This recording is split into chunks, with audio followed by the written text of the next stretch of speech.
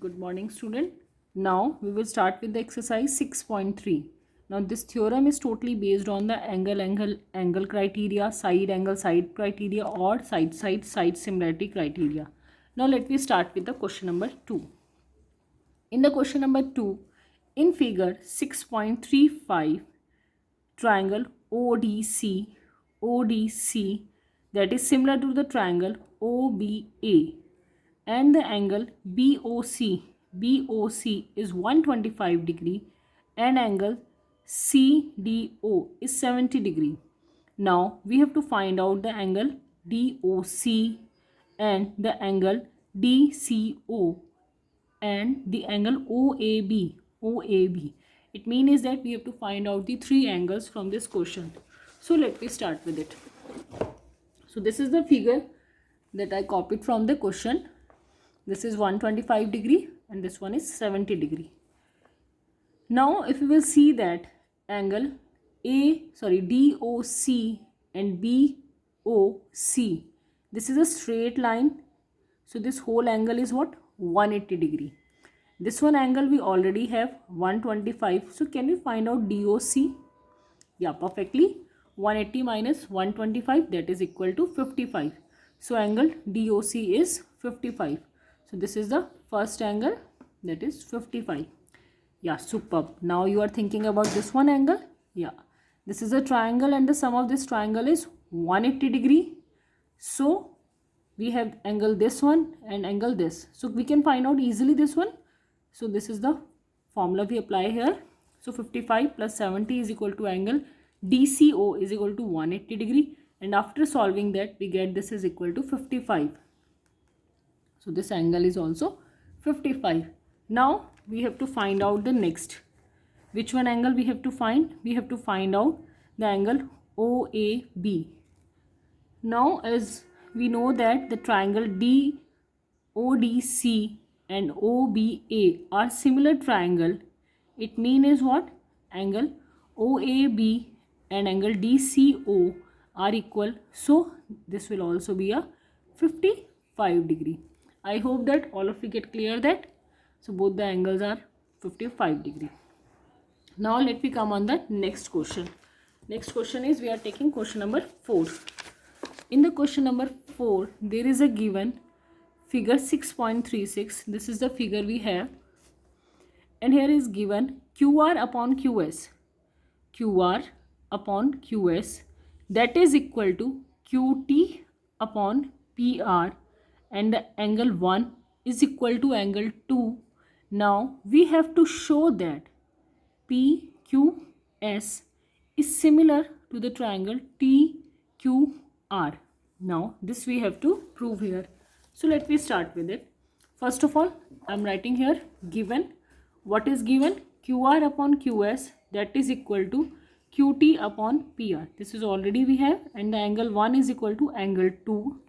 And what we have to prove? The triangle PQS, that is equal to the triangle TQR. This we have to prove. So let me start with the triangle PQR. हमने सबसे पहले PQR triangle लिया, तो angle 1 angle 2 के equal given है. PQ is equal to QR. ये क्यों है?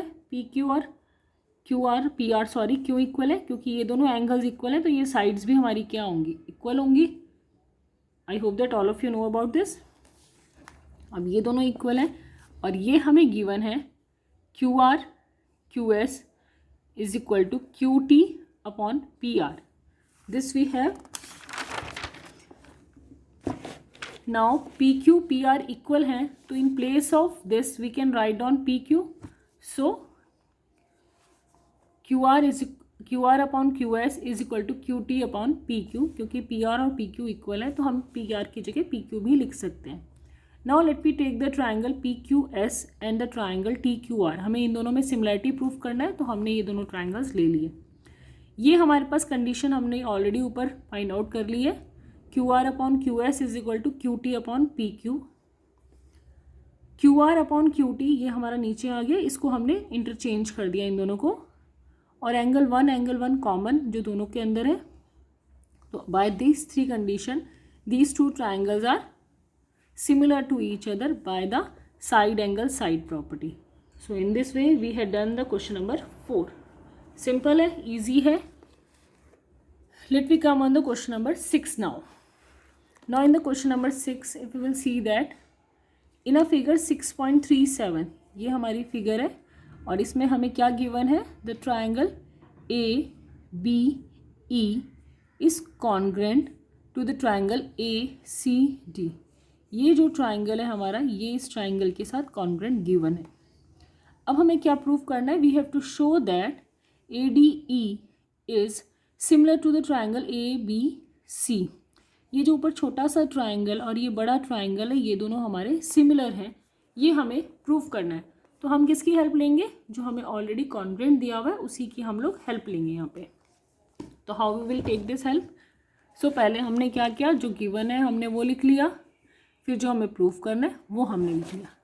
तो जो हमें गिवन है हम उसकी हेल्प लेने वाले हैं यहाँ पर. तो हमें क्या गिवन है, the triangle A B E is congruent to the triangle A C D.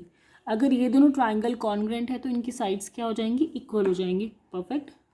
तो A B will be equal to A C and the A E will be equal to A D. और अगर मैं ये दोनों equal हैं, अगर मैं इनको इसके नीचे रखूँ तो किसके बराबर हो गया, 1, क्योंकि both of them are equal. Cut करके हमारा 1 आ जाएगा. और सेम यहाँ पर भी है, ये दोनों भी कट करके 1 आएंगे तो ये दोनों हमारे इक्वल हो गए. अब हम लोग लेते हैं ये दोनों triangles, the triangle A D E and the triangle A B C. अब हमने ये दोनों ट्राइंगल लिए हैं, अब हमें इन्हें सिमिलर प्रूव करना है. तो हम ऑलरेडी ये कंडीशन में दे चुके हैं कि इनका रेशो सेम है.